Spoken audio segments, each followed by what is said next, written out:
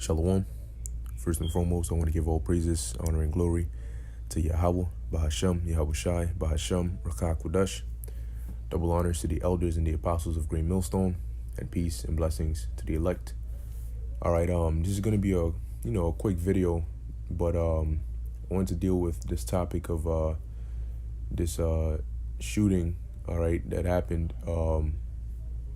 Here I have an article from CNN. Now, I've seen brothers post videos on it, okay, dealing with the Daytona Beach shooting, where you had this individual that shot a police officer, okay, as the report says. And they say that he was, well, it's right here. They said they found him on a property that's affiliated with the NFAC, all right, which we know who they are, with Grandmaster Jay and all of them, okay, which is starting to make, it's getting clearer and clearer, which we said this from the jump, all right, that he was an agent. But now you can see how he's being used with all the things he's done to push that militant, aggressive spirit. And in doing that, he basically tried to drag all of us in it, by trying to affiliate himself or their group with, us. All right. And then you got Vocab Malone on the other side, all right, who's also, the first thing you see, I think there was a video he did, titled Hebrew Israelite Shoots Police Officer or something like that, So you have all these bodies of propaganda that the slightest, chance they get, they're jumping on it and blowing it out of proportion.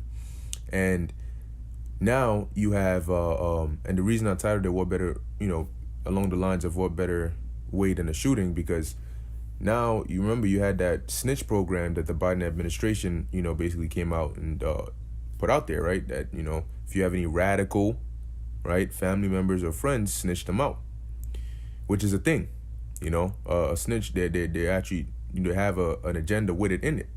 And now you're starting to see how they can give momentum to that snitch program, right? Because now it goes beyond just, oh, they're radical, oh, they don't believe in what regular people believe, but now it goes to, oh, they do things like what Otho Wallace did. So they're not just radical, but they're dangerous, all right? And if you leave them and you don't report them, well, they're basically walking criminals that are going to be doing things like this. And that's the vibration that they're going to push.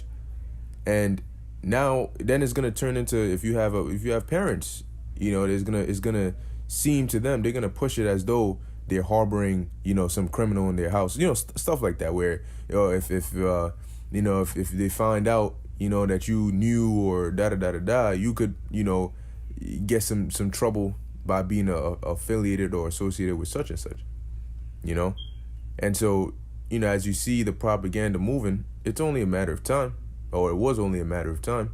And they've tried this many times over and over again, where they'll put a little snippet.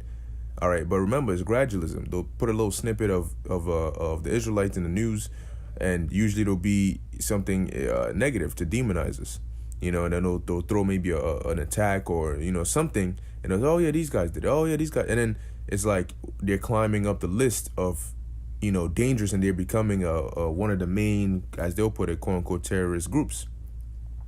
So now they can give examples. Right? They can say, well, if you have a family member that might believe in something such and such and such, right? And then they'll show examples like this guy, Wallace. All right. Cool. Now, let me see. Because the NFAC did mention, all right, about the elect, trying to tie in, when you listen to Grandmaster Jay and his BS videos, all right, try to tie in themselves with things that we mention to make it seem as though we're different sects of one body. No, we're not. All right. We're not. So let's see. There we go. It says here, a part of this article, this is from CNN, and it says, Young said Wallace made a statement upon his arrest, saying, "You guys know who I am. You know what I'm capable of, and it could have been much, or could have been a lot worse." Now, if you say something like that, all right, which it doesn't make sense for you to say something like that in that situation anyway, but if you say something like that, what narrative do you think they can push with that? Oh, well, you hear what he's saying. You guys know who I am and what I'm capable of. right? And they're going to tie that into, well, you're a part of such and such. So you know who I am, meaning you know I'm a part of this kind of organization, and you know what we do. All right. And you know it could have been much worse. So now it's like, wait, hold on. So your organization is about doing things like this? Your organization is dangerous? You know? Because how would they know you for who you are? Right? Well, what reason would they just come and have files on you? Gotta be a reason. You know, so we understand, as the scriptures say in the book of 2 Corinthians, all right, we know we have, the devil is not going to be able to take and get an advantage over us because we're not ignorant of his devices. All right, we know we've been waiting. All right, we've been waiting because we knew that this was going to come. Now, we have to watch and see because, you know, usually they'll do slowly but surely. They'll put something, then they'll take it down, wait for a while, then they'll throw something else out there. Sometimes they'll double up on it. Sometimes they'll just, you know, back down a bit. But as it says here in the book of Matthew, chapter 24, verse 9, it says, then shall they deliver you up to be afflicted, and shall kill you, and ye shall be hated of all nations for my name's sake. And then shall many be offended, and shall betray one another, and shall hate one another. So this is a part of the prophecies the Lord, you know, had given, okay, that would happen before his return. Now, some of these prophecies took place, you know, not long after the Lord went back into the heavens, but some of them are also set for the times we're in now. All right. And so we know that, pursuant to Revelation 2:10 as well, that they are going to come and find a way to criminalize us and throw some of us in prison, kill some of us, as the Lord said. But a lot of it is, as it says, deliver you up. You're going to be betrayed, you know. And what is an example of that? Being snitched out, being sold out, you know, somebody selling you out. Okay, so as you can see, they push that fear on one end, and then they push the, well, you know how bad and dangerous these guys are. If you see something, say something. If you know somebody, you know, that's like this or can potentially be like this, say something. You know, and so now they're trying to push that image out there, the face of terror, you know, and they're trying to shift and put a label on it that's so strongly descriptive that, you know, even without saying Israelites, you can, you know, immediately think of Israelite. They're trying to do that. Okay. And slowly but surely, every time they inch closer and closer and closer. But guess what? We're here waiting for you, looking at you. We're looking at you inching closer and closer and closer because we know that there's going to be a time when you are going to have to do this. And you will. All right. Just like Yahushua knew that there was going to be a time when, you know, he was going to be betrayed by Judas and all of that. He didn't panic because he knew it. He told his disciples. All right. Just like he told us what's going to happen. So we know that whether it's through this event or another one, you're going to come. All right. But we also know that when you do, the Lord said he's going to lift up a standard. Right. So we're, you know, we have our hopes in that the Lord is going to lift up a standard. All right. For his elect. All right. On our behalf.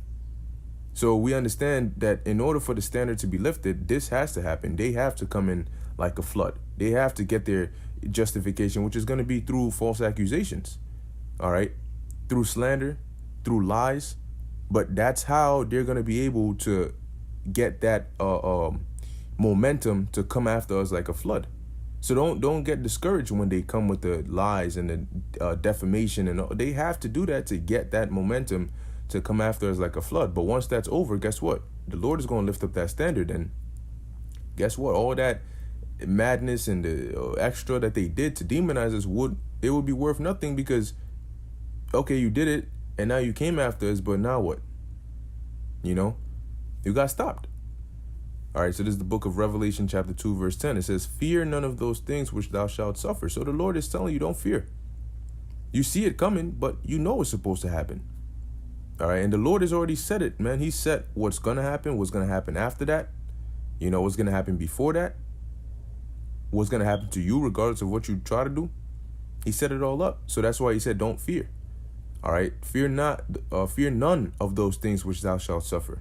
Don't fear the demonization. Don't fear the handcuffs. Don't fear being put in a prison outfit. Don't fear being thrown in a cell or a concentration camp. You know, don't fear being in a court and they sentence you to life or sentence you to death. Okay? Don't fear that. All right? Don't fear them putting you on death row. Don't fear any of that. Don't worry about how your family's going to be taken care of. The Lord has it all set. And if he didn't, he wouldn't have told us to not fear and not worry. Okay? It says, behold, the devil shall cast some of you into prison. And we know who this devil is. It's not the spiritual demon Satan, but it's the same one propagating all this, propaganda, okay, about us, to try and cast us into prison. It says that ye may be tried, and ye shall have tribulation 10 days, all right, which is a period of time. It could be literally 10 days, but it could also be longer. It could be shorter. All right, it says, be thou faithful unto death, and I will give thee a crown of life. And in order to be faithful unto death, you need to keep the testimony of Yahushua unto death, because the martyrs, as we read in the book of Revelation, they were beheaded for the testimony of Yahushua. Okay, so as it says, be thou faithful unto death. Hey, look at John the Baptist. You know, he was beheaded. He was put in prison and he was beheaded. Okay, but he was faithful unto death. All right. It says, and I will give thee a crown of life. So, you know, whichever, you know, if this is the lot that you got to go through, hey, it is what it is, man. You know, but just know that the end of the thing is going to be better than the beginning thereof, because the end is going to be that crown of life, that eternal life. You know, as we're now, hey, I mean, there's nothing here for us anyway. You know, so as they do this and they push their snitch program, you know, just prepare your minds. You know, that really your main trust, your only trust should be in Yahweh Ba'Shem Yahushua, because yes, family members and friends will turn. It's been prophesied. They will turn. They will deliver up the son and deliver up the father and all of that to death. Okay, or to be you know, captured and whatnot, out of fear, because that's how humans are. You know, so you got to trust in the Lord, and if that happens, all right, to you, don't let it, you know, mess you up, because you knew that there is a possibility that it would happen. The Lord prophesied it. Okay. And so if it happens, hey, really, it should just strengthen your faith, or strengthen our faith, all right, in Yahweh Ba'Shem Yahushai. And don't panic, all right? Just because everything that's happening and that's going to happen in that moment, it's been already planned. It's been set up from the beginning of time. Nothing is going to change it. But if you're faithful, it's going to go in your favor, as it says in the book of Romans, the 8th chapter, that all things work to the good of them that love the Most High. And you have to remember what Job said. All right, though he slay me, yet will I maintain my trust in him. So we've been warned that there is a chance that you might die. So you might be in prison and you might hope to get delivered, but maybe your lot is to be a martyr.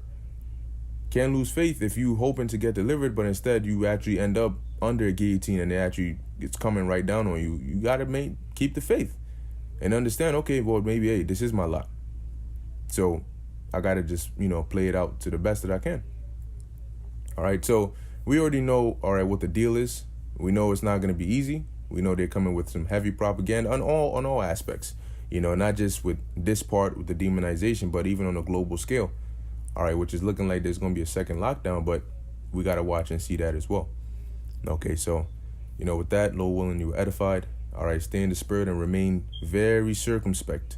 All right, because there's a lot of agents, you know, there's a lot of, you know, setups, and there's a lot of demons out, especially in the summer, you know. So definitely, you know, remain diligent. Diligent as well, vigilant and circumspect. Okay, and always, as the scriptures say, watch as well as pray. All right, so with that, I want to give all praises, honor, and glory to Yahweh, Bahasham, Yahushai, Bahasham, Racha Kodash. Until next time, Shalom.